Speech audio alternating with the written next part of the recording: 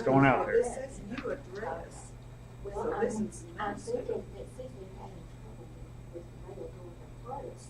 So I'm wondering if this is Gary's address. I have no idea. Probably. I just made the card out last night and sent it to Hardy's. Yeah. Get it there or not. So she is actually still there. Yeah, I think so. I think this must be, since they're having trouble with mail going to Hardy's. That Why are they having trouble with mail going to my sister? It says, of course, that if it's returned, that the church office will let them know. Is that the bidding process that those things go through? I just think When you said this is allowed, What's that? one things that you sell, I just said, you said, yeah, and most of it, they've made an offer. They've made an offer, and that's what they're, I'm like, all right, good enough, fair enough. okay. Yeah. We wondered about that. Yeah. It was a bidding thing. You can do them that way. I like just making it where people can buy it, make an offer on it. Faster. All right, Sarah, All right. you good? I didn't get out Yeah, any lower. I can't get I'll write you I guys can kind of really see stick it. up. We'll look at this right quickly and then get into class. And there's a few of us, Mary, do we just want to say, well, Guess we'll just wait. you just wait?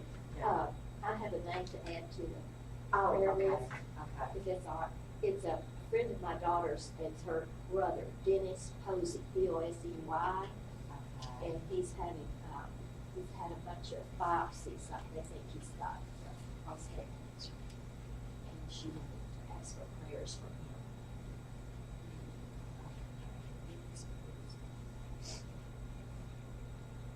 Okay, so your daughter's friend, Dennis Posey, has had some biopsies and probably some cancer. Yeah, probably it's.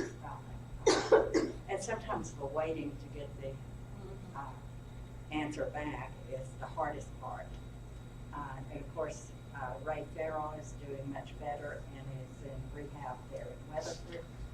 And of course, John was bringing us up to date on Marshall McKee is at home and continuing IV antibiotic treatment, and he needs continued prayers. And of course, we know he's had several brain surgeries, and I was just telling him we were in, of course, we were in San Antonio this weekend, and okay, I don't know what cousin, how you get cousins like this, but Janice's mother and my mother were cousins.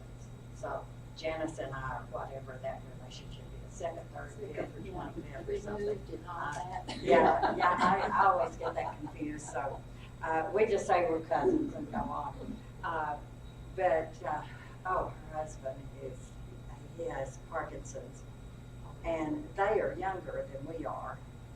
And so it makes you really appreciate your good health when you're with someone like that. And we hadn't been able to see them several times when we've been down there because, during COVID, they didn't need anyone coming in at all. And then last year when we were there, something happened, I forgot what, I'm sure, and we weren't able to see them. But her husband he's been an elder, he's preached, he was I think it was history that he taught at Texas State there in San Marcos. He was also high up in the National Guard, and maybe I don't know.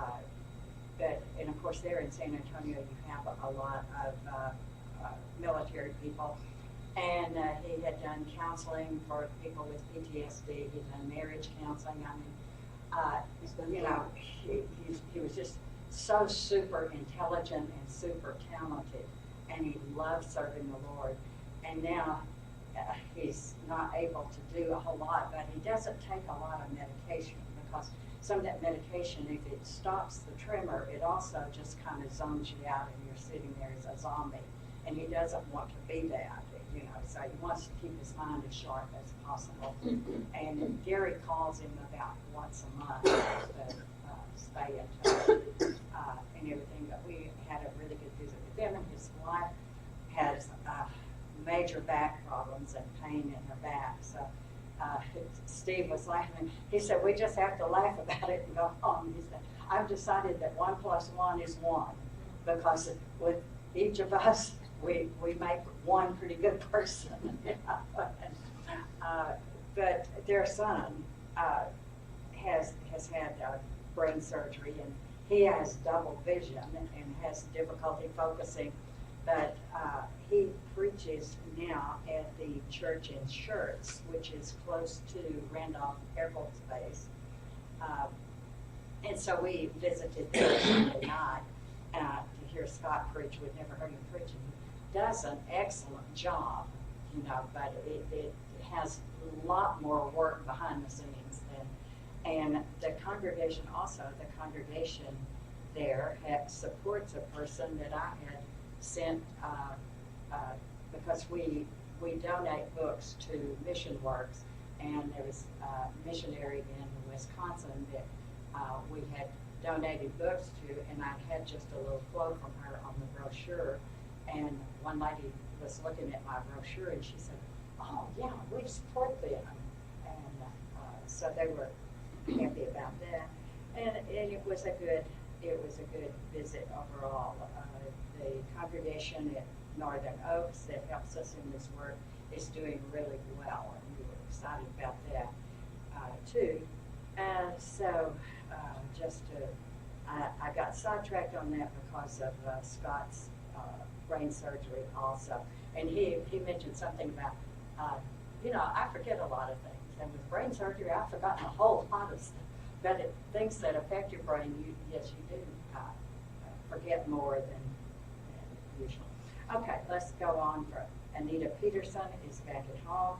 Sherwin Nelson is dealing with breathing problems, and Trevor needs prayers for employment, prayers for Aaron for continued sobriety, prayers for Noe as he spreads the gospel in El Salvador, and then Darlene DeVos had surgery December 4th, and Tanya had surgery December 4th, and we were going to go over there tonight. We're going to Princeton to the Christmas band concert for my nephew now is the head band director there, and we were going to go early and stay at Tanya's apartment for a little while, but she's feeling so bad she said, I don't need anybody. But we were trying to go early to beat all of that traffic. We may still do that and go to the library in McKinney and sit and read late, and because traffic can be horrible in that area and all. But she's doing better. It's just, you know how it is after surgery. You get tired. One of my sons had basal surgery. Is that what she had? Yes. And he said he felt like for several days that he'd been run over by a semi-truck. Yeah, and when it's in your face, I think your head. It pulses. Yeah, and but she's healing okay. It's just taking longer than we wanted, and all, and she is 54. So yeah, have to remind her of that. And so of course Brinson Zandy's recovering from surgery, and now Griffin's neighbor Randy and Susie. Do we know any more about Susie? Just the same as far as I Right. know. And we haven't heard anything from Angela since she left us. Yeah, we've got it. But my friend Lenore got really bad news, and that she may not have but just a few months. They don't, again, it's hard to tell exactly, but so I need wisdom in visiting with her in the next few weeks. And then Kelly Sednick's friend, Mrs. Atkinson, and Maddie Harris's aunt, so well, and Deborah Davis's sister Clara that we need to remember. And then we've got a lot of people there that we need to remember, and we also have our shut-in list that you may want to send cards to or write a note to, you know. And the blanket and sweatshirt drive ends Wednesday. And of course the note there to send Betty Jones her birthday cards. And then I just had to share this, okay, and since there's a few of you, I'll just walk around with it, but this is Think magazine, and it's what Focus Press puts out, and their Christmas catalog or advertising right up here. They have books. Wow. Yeah. So I'll read the little blurb that they've got there, but I was just not so so much for me, but you guys were here. I mean, I was teaching this stuff when I was writing it, and some of the questions you asked and some of the input, you know, is from you, is in there, and just your encouragement to get it done too. But here's what they say. Tired of standard moralizing Bible class curriculum that teaches some Bible but overall misses the point? How do you make the Bible, especially the Old Testament, relevant, interesting, and even exciting to your students? How do you avoid getting bogged down in all the events, commands, and applications? And how do you make the stories of those seemingly remote heroes of faith timely in the 21st century? The Drama of Redemption 3-volume set gives you the answer. Bring Jesus into the story. So I like the way they said that. So I'm hoping good things, not for me, but to get this, you know, for more teachers using it so that children will come to know. And when our video comes out, I want you to get to see that too. Okay. Do we have someone that wants to volunteer for the prayer? Or do you want me to? It's Mary's turn. Mary can. It's Sarah's turn. Oh, is it my turn? Okay. Well, since I'm up here, yeah. Let's go to our Father in prayer. Heavenly Father, there are so many things that we are thankful for, and yet the main source of our gratitude comes from your love, your mercy, and your grace that has saved us and placed us in your church, and your love that we can imitate as we strive together to help each other go to heaven. And Father, we have many people that we're concerned for, especially concerned for their health. Dennis Posey, and of course his family, that Mary's daughter is concerned for. We're thankful that Ray Farrell is doing better, and we also pray for Marshall McKee and for Katie and all of those that in that family that are having to deal with his difficulties. And we just pray that you will bless them and give them strength and courage. And for Anita Peterson and Sheila Nelson, concern for them, and also for Darlene and for Brinson and Randy, and of course we love Susie and we remember her, and my friend Lenore, you know that I'm concerned about her and how I can help her, and Kelly Potsevnik's friend and Maddie's aunt, Deborah Davis's sister, we're concerned for those, and then there are many others on our prayer list that we have in our hearts as we come before you. And Heavenly Father, we look too at this list of concern for Aaron. He's had such a struggle, and we just pray that he will continue to be sober. And Father, we pray for Trevor as he's looking for new employment. And that's so difficult at times in this economy and so on. And so help him and bless him. And for Noe as he spreads the gospel. And Father, for others who spread your gospel throughout the world, we thank you for him, and we pray that you will continue to bless us as we participate in that. And we also pray for Betty Jones and her coming up 99th birthday. We know how she has been an encouragement to so many. So bless us, and Father, just thankful for those of us who can be here today, and bless those who cannot be here in person and may be with us online. Lord, we pray in the name of Jesus. Okay, I've got to go over here and get my notes since I've got to. Sarah, how is Kathy Newhouse doing? Oh, yeah. Gary has got to call. In fact, we were talking about her on the way up because they were going to do, they had cut the eyelid open, and she was seeing really well until she got home. And see, they did that at MD Anderson, and she was seeing really well until she got home. And then she couldn't see, or couldn't see very well, or whatever. And so they were going back down there. That was the last we heard. And so as we were talking about what we needed to do once we got home, that was one of the things that Gary was saying, well, I've got to call Jimmy and find out about how she is doing, because that, you know, when you have seen all your life and then suddenly can't see, it's really, but apparently they got all the cancer.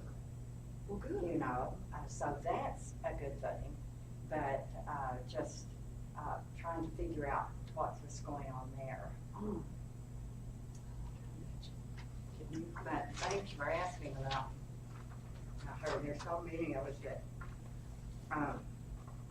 have things going on. Okay. 1 John chapter 3, and we're going to get through verses, where are we?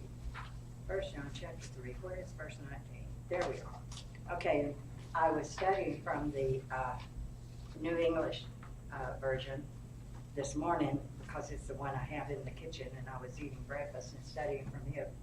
And it has a paragraph starting at verse 19, and the New King James doesn't have the paragraph starting there, so I was almost having trouble finding it.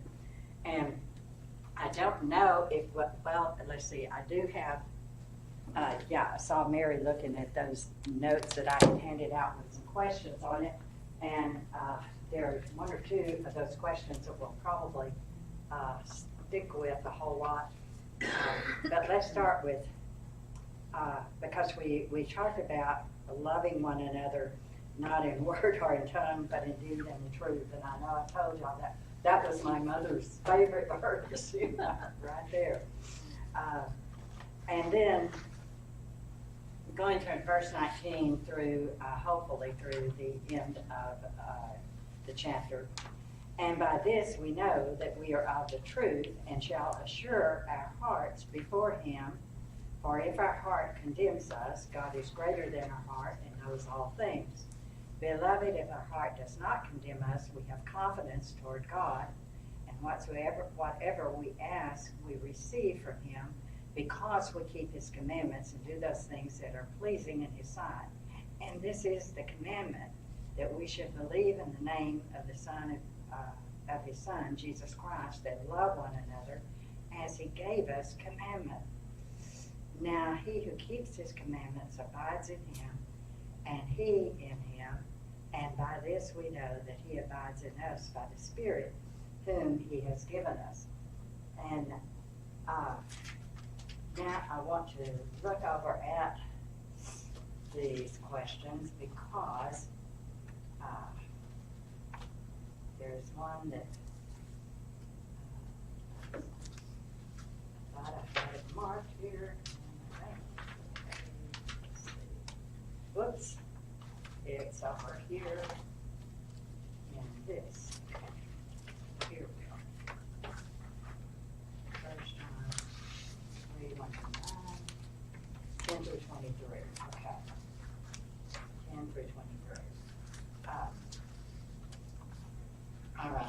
what is the standard of love? Under what conditions should we or should we not lay down our lives for the brethren? We talked about that last time. And Mary pointed out last time that at the time that they lived, you know, young, they might have to physically lay down their lives for the brethren. And I thought too about Stephen at the time, you know, that he was the first one that we know about, you know, and was stoned to death. Could he have avoided being stoned? Oh, yeah. Yeah, if he had Back just, down. yeah, back down. Okay. If he had just massaged that sermon a little bit, made it a little softer, you know. If he, but what kind of preachers and teachers and Christians does God need, or does God want? The ones that walk back there. Yeah, the ones that walk back in. That if we do not truly, honestly, totally believe the scriptures and believe the message, then why bother? You know? And yet, sometimes to keep a job, we kind of soften, and we've seen that happen in the church, haven't we? We've seen that happen, some that won't stand. I was just telling y'all about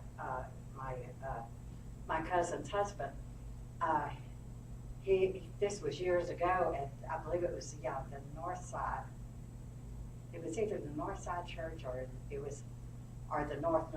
Anyway, it was one of the churches on the north side of San Antonio, and they were attending there. I think he was even one of the deacons there, and he said that one Sunday morning the preacher said something that just kind of, you know, and he said, I thought, did he really say that?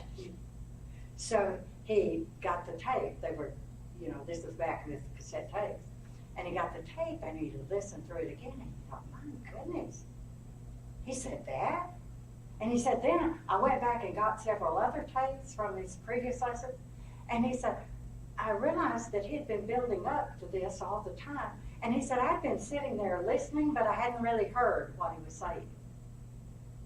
And Steve was, you know, he grew up in the church. He was good in the scripture. But he was sitting there listening and didn't really hear what was being said until it was the biggie, you know, and so yeah, sometimes we have brethren that are, you know, smoothing over things, try to make it, you know, instrumental music. Well, that's okay, you know, really. You know, women leading prayers in mixed groups and all of that. Well, that's okay. And it just keeps going and going and going until what are you going to do? So Stephen wouldn't back down. And you don't have to be ugly and mean about it. No, you don't have to be mean about the truth, but you do have to stand.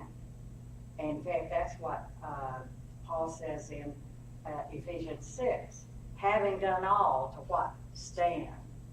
So when that last day comes, it's the one who are standing, the ones who are standing, that will be saved.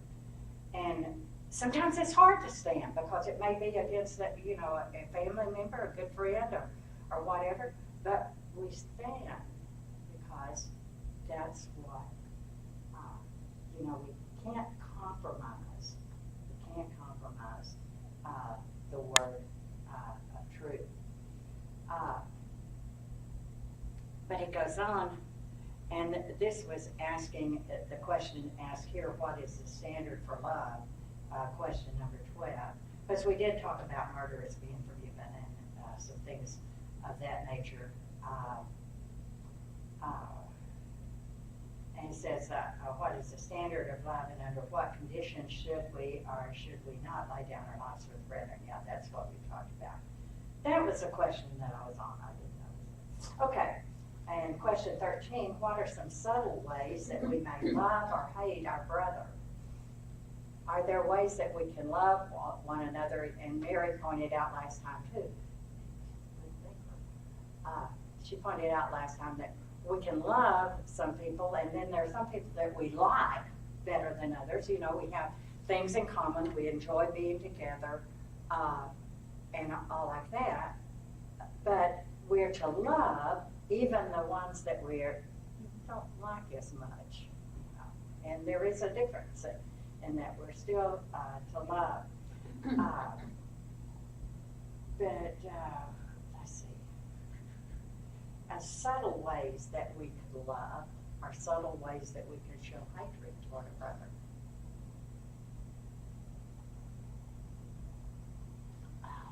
Well, gossip would be one of the main things. Yeah. I think, did you know so-and-so? And they tell them a tale. And yeah, and then gossip can lead to slander, which is worse, you know. Yeah, and sometimes we don't even realize that's what we're doing until it's, you know. Slaps us in the face. Yeah. Mary, you. Well, sort of ignoring things that we could do for them, Yeah. and yet we just don't. Right, ignore it. Now that's what my mother would say. You know, not doing what you can do for someone. And that's important as well. Not doing what you can do for someone would be showing we don't think of it as showing hatred, but if you're not loving, you know. But what are some ways that you can love people that might be subtle, that might not be, you know, beating a drum and saying. Sometimes you can just give them a little something, Yeah. you know, that. Give them a little something. Like a quilt. Yeah. Well, that's not very subtle, but yeah. Yeah. And what about encouraging? A kind word. Yes, a kind Yes. word. Yes. An encouraging word. And I've said this millions of times, but when we were in San Antonio at the congregation there was a little ripple of some things underneath going on that wasn't so good. But there's this one older lady that her husband was really ill. She couldn't be in ladies' class very often and all like this, but every Sunday when I would see her, she would hug me and say, "Sarah, I love you." And I could live for a month on one of those, you know, because it just, it made me feel like somebody cared. Somebody cared.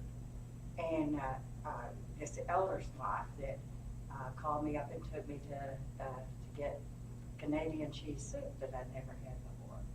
And then every Tuesday we had soup together, you know. And that was a way to encourage me. And she told me, she said, I know that preachers' wives sometimes have a hard time, and I just want to make your life easier, you know, and better. And you know, that was helpful. So there are little ways like that you can encourage or send a note to someone that you care about them, and just doing good works. And you don't have to announce them all, do you? Say, "Oh, look what I did," or put it out on Facebook. Okay. Well, I don't know if I told y'all this, but I thought it was so funny.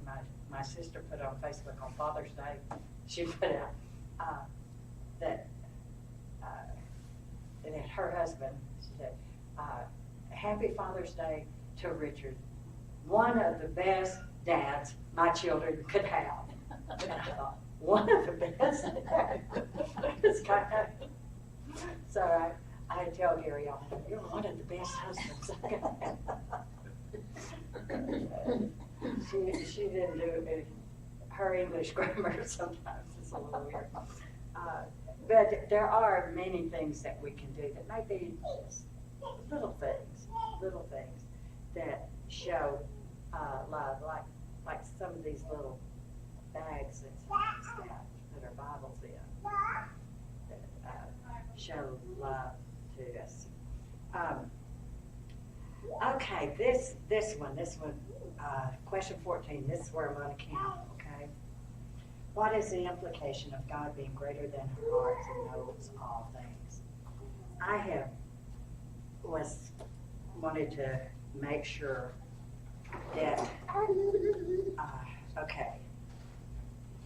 Let's look at verse 19. And by this we know that we are of the truth and shall assure our hearts before him. For if our hearts condemn us, God is greater than our heart and knows all things. Okay, and then verse 21, beloved, if our heart does not condemn us, we have confidence toward God. Now, the way this is translated here can give both ideas on this.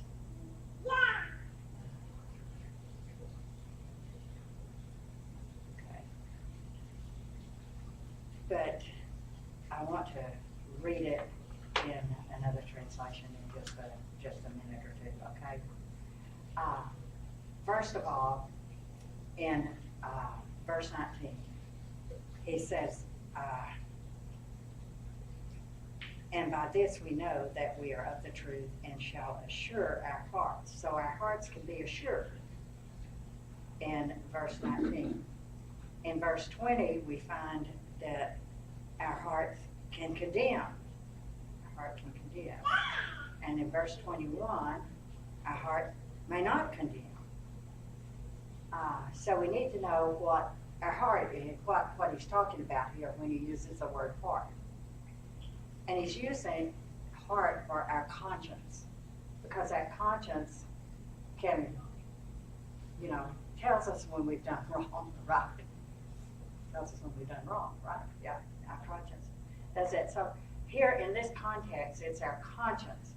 And our conscience is acting like a judge. That's the way our conscience acts. And in fact, if you look at Romans chapter 2, we'll go to that right quickly. Romans chapter 2, and about verses 14 and 15, Paul talks there about the Gentiles who did not have the law, do by nature the things in the law. These, although not having the law, are a law unto themselves, who show the work of the law written in their hearts. There, Paul is using the word heart for written in their minds, because it goes on to say, their conscience bearing them witness, and between themselves their thoughts accusing or else excusing them. So what does the conscience do?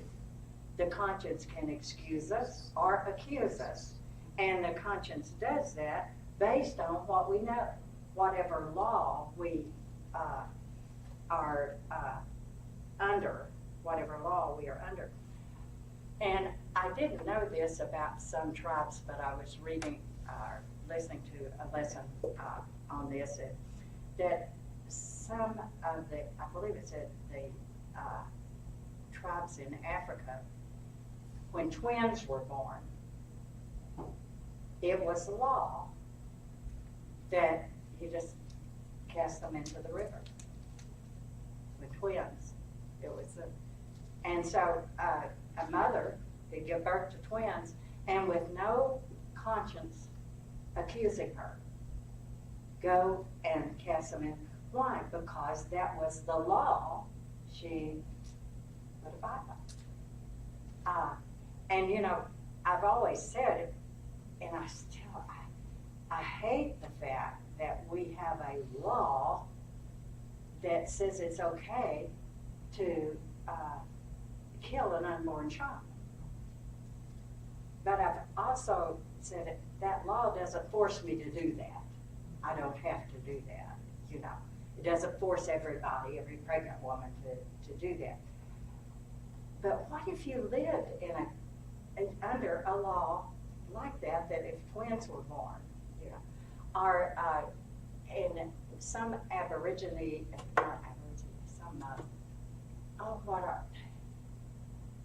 the people who have no color, albinos, yeah. In some tribes in Africa, when an albino is born, it's the same way. You shun that child, you know, and all. And yet, it's just that they don't have the same pigment, you know. There was one guy that came through the Brown Trail School of Preaching, and he was albino black. Albino black man. Yeah. And he used to laugh and say that he and Gary were twins, you know, and they'd go out together to, but, you know, people like that many times were shunned. And it was okay because that was what the law said. Or, you know, some tribes, well, in fact, the Maasai tribe. The Maasai tribe in Africa, in Kenya, and Tanzania, multiple wives is a big deal. And also, if a man visits the tribe, the chieftain in his hospitality offers the man his best wife for the night. That's their hospitality. Okay? That's the law. Well, you'd hate to be the best wife. Would you? I guess so, you know. But as the best wife, you'd have to comply without, you know, and the conscience would not excuse. Whereas if Gary offered me to somebody else, my conscience and his too, that he might not live very long. Yeah. But you see that your conscience works according to the law, that What you know. what you know. And yet for Christians, what is the standard? What is the standard for morality? Let's go back to chapter 1. What was the standard for morality? God's law. God's, yeah. God is light. In him was no darkness at all. So it's 100%, isn't it? 100% total. Ooh, that's the standard. Have any of us ever met that standard? No. Christ met that standard, didn't he? You know, he said that the prince of this world is coming, but he has nothing in me. Christ met that standard. But we don't meet that standard. But because we don't meet that standard, we're told if we walk in the light, as he is in the light, then we have fellowship one with another. But let's go to chapter 3. Christ set the standard in love, didn't he? Love one another as I have loved you. And if God so loved us, we ought to love one another. So that's the standard. Have any of you ever met that standard? Even with our husbands, have we totally met that standard? But it was 100% sacrificial love. 100% sacrificial love. And so this is the standard. This is the standard. And so the law you accept is what your conscience judges you by. Your conscience judges you by. So you might say something like this: our conscience will look at the standard and it excuses us. Hey, you did good today. You know, you did good. Or when we mess up, our conscience says, whoops, you did bad today. But for Christians, it's not just good and bad, it's sin. It's sin. Failure to love is sin, and failure in morality is sin. And also, failure to love is just as sinful as failure in morality. And sometimes we don't really teach or preach that or even live that. When I first published my books, the publisher, Justin Hopkins, sent me a 99-question questionnaire to see where I stood doctrinally. Because he didn't know me very well. And he wanted to make sure he wasn't publishing something that, and at any rate, every question related to some doctrinal matter. And there was only one question in there that related to how are you living by this. And I told Gary when I got it, I said, now, I'm not asking you on any of this. I am going to answer it myself because I'm the one that wrote this stuff. I'm the one that he's asking to answer it. And so I'm going to answer it all. But when I got to that one question, I said, I'm glad you finally asked this question. I'm glad you asked, how was I living? Was I trying to meet the standard? Because I know people that can answer every question on here exactly like you want it answered, but don't live that way. And I'm trying my best to live that way. I don't do it perfectly, but I'm trying my best to live that way. But I thought, okay, I don't beat around the bush very much. Gary and Jean sometimes have to slap me a little bit.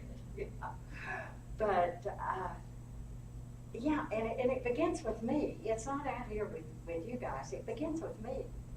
If I want us to love better, then I better love better, right? Yeah. And but okay.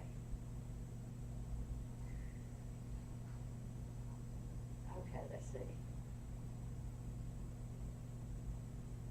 All right, where am I going in my notes? I was showing Bonnie my notes of how bad the writing gets as I sometimes I can't read what I've written. Okay, but let's look at verse 20 again. For if our hearts condemn us, God is greater than our heart and knows all things. I have heard it taught this way, and I bounced this off of Gary, and he had just gotten up, so he wasn't sure that his brain was working, so I'll bounce it off of you. Have you heard it taught like this? That if your heart condemns you, if your conscience says you have sinned, you've really sinned, and well, God is greater than our hearts, and God knows more of your sin than you know. So you better really shape up. Have you heard it taught like that? That God knows more of your sins than you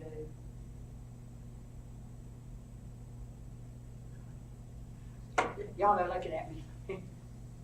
I've heard it kind of, and maybe not in those exact words, but at least implying that. And some of it I think comes from the maybe this idea of one unrepentant sin can keep you out of heaven. You've heard that, haven't you? Yeah. And so what if there's a sin that I don't know about, but God does? Oh, He's greater than my heart. So. But anyway, I don't want to stay on that very long because that's not, I don't think, what this scripture teaches, but it can, okay. And I didn't bring my my ESV with me. Does somebody have the English Standard? That's what John uses a lot. Yeah, that's what. But mine's a cheapie, so I don't know how good it is. Well, if it's the English Standard, it's probably, It's pretty much the same. it would be written the same. Yeah, it just might not be on the finest paper and the best binding. And the words of Christ are not red. Oh, and the words of, oh, that's it, that's bad. But if you isolate verse 20 from the rest of it, you can get the wrong impression, or you can make the wrong application, or you can say, I don't have a clue what this means. But if you look at verses 19, 20, and 21, And I'll read it again here in the New King James, and I'll read the punctuation the way where the periods are and so on. I'll stop there. And by this we know that we are of the truth and shall assure our hearts before him. For if our hearts condemn us, God is greater than our heart and knows all things. Now, God says he knows everything, which he does. yeah, but go ahead and read verses 19 and 20. And 20, Mhm. by this we shall know that we are of the truth and reassure our heart before him. For whenever our heart condemns us, God is greater than our heart and he knows everything. Okay, did you notice there's not a period at the end of it? That was all one sentence, wasn't it? Mm-hmm. Yeah, it was all one It's got a sentence. semicolon and a Yeah. comma. Right, that was all one sentence. And what it says there is, we can assure our hearts. This assures our hearts. And how are our hearts assured? For whenever, that's what it says, whenever our hearts condemn us. And sometimes our heart does, right? Mm-hmm. God is greater than our heart and knows all things or knows everything. Okay. How can I be assured? How can I be assured when my conscience says, Sarah, you sinned today? How can I have assurance? Through our prayers. Yeah. Well, that God knows if we are walking in the Oh, light. yes, that's what, And- Oh, okay. yeah, that's what it says here. He God's knows greater we're than- trying. Yeah. God is greater than our hearts. Yeah. So God knows that we're trying. God knows, and that can give us assurance.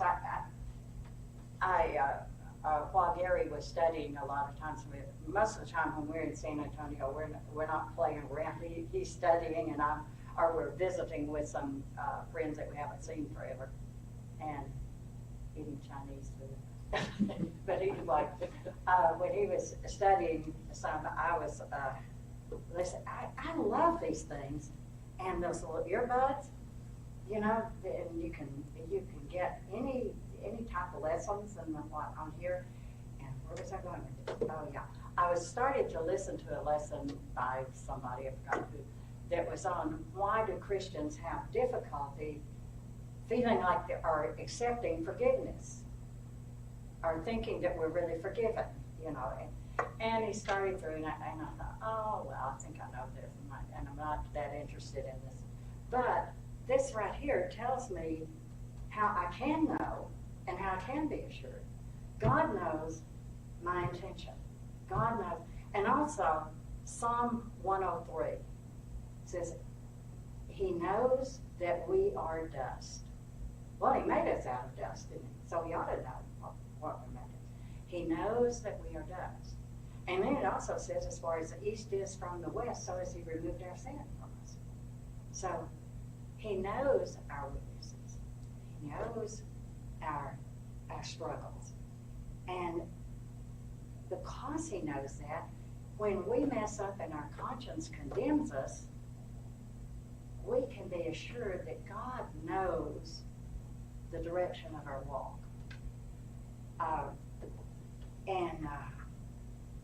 So that's a source of assurance. This is page 2 of 5, and I think I repeat this. But that's a source of assurance. Someone used this example. It's like a justice of the peace. If Barbara Farrell were here, we would say it's like Barbara Farrell. She passes down a judgment. But the Supreme Court of the U.S. is the one that can overturn that judgment, right? The higher court can overturn that. And this is kind of, our conscience is like that, the lower judge. And our conscience says, you messed up, you sinned. But the Supreme Court has said, there's a cross on Calvary, and I know where you're going. And I reverse that. And that makes life a whole lot more joyful, doesn't it? And in fact, this is a lesson that I want to talk about sometime, because I did a little study on this in San Antonio, and I want to get it together where I know for sure what I'm going to do. But I'd like to y'all think about it over the holidays, and maybe when we come back, well, because I think it has some things to do with what's said in 1 John. But the work of Satan and the character of Satan, I want us to do a little thinking about that, because I've heard some things said, again, that when I was a kid especially, that I don't know if they're necessarily right. And I want to do some study on that, because I think that helps us understand the joy that we have, and the assurance that we can have. Because of what God has done, and because of His love. He loved us more. Yeah, I've got here some one of them. Oh yeah, you know you've heard the saying, the road to hell is paved with good intentions. You know what? The road to heaven is paved with good intentions too, because it's our intention that directs our walk. It's our intentions that direct our walk. And are any of us as good as we intend to be? No. If somebody had said, "Yep, I'm as good as I intend to be," who are you? Okay. But when we sin, though, do we just wallow in it and say, "Oh, I'm sinning and everything is so awful and nothing can be done"? And no, that's not the way we do. Because our intent is going toward heaven. And so when we just fall down and mess things up, we let God bandage the wound, and we get credit we don't deserve. And then notice here, verse 21, he says, if our heart does not condemn us, we have confidence toward God. So when we're doing the right thing, we have confidence toward God. But there, and I hadn't thought about this until I was studying this morning, there are 4 ways that your heart cannot condemn you. One is, if you're Jesus, his heart never condemned him, because he was always doing the will of his Father. So if you're 100% perfect. And another, in 1 John 1 verse 6, those who say there's no law, I don't have a law to live by.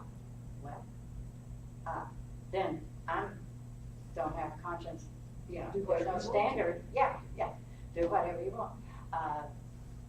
And then in verse 8, if I say I haven't sinned, okay, I just never sinned. Well, my conscience is not going to bother me. Or if I'm forgiven. And there's where we stand. We're forgiven, and so we have the joy of no guilt. We have the joy of a guilt-free life. Okay, I've got some stuff down here that I don't know if it really, oh yeah. I think I'll talk about this next time, because it kind of relates, but it also relates to some other things. And we probably have gone, oh, it's just 11:03. We started at 10:00. No, but I think some of this we know, but it is kind of good to have a real knowing, something I can hold on to, and especially,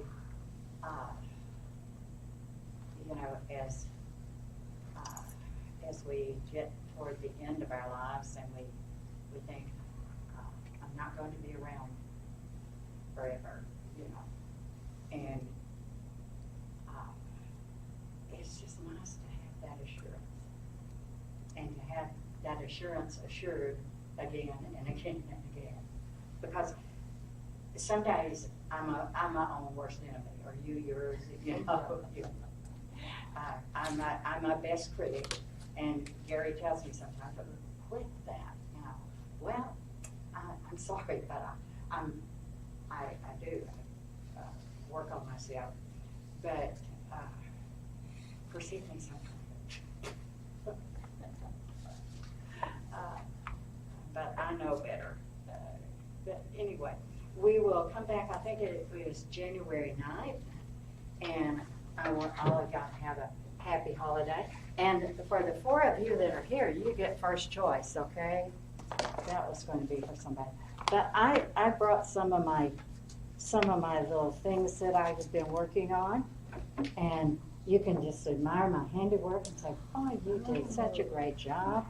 And then you can pick out the one you want. Because I've got a bunch. Oh, yes. And these, let's see, y'all hear really. But these that have cats on them, Tanya has a friend that loves cats, and so I thought, well, I'll try to find a towel that has cat on it, and I had to work hard to find one. Then I had to buy a whole bunch of them, but I thought it'd be fun to just give her friend one for Christmas. But then Jean Simpson just loves cats, so She has 2 cats. so I thought, well, I'd kill 2 birds with one stone. But if some of the rest of you love cats, there's 2 little cat ones, and let's see here. Oh, here's one just like that. There's one like this. 5. She's been busy. Well, when I'm in the car and although I did in Lampasas last year, I was working on making hair bows last year when we went down, and in Lampasas, 281 and 183 do this, and Gary took 183 because I wasn't watching for him. Mm-hmm. And we didn't realize, though, we could have stayed on 183 and gotten to San Antonio. But when we saw we were on the wrong highway, then I said, well, let's try to get to Austin. If we get to Austin, so we went a longer way than we should have. But anyway, when we got to Lampasas this time, I put everything down so that we would know. But there's another one that's a different color.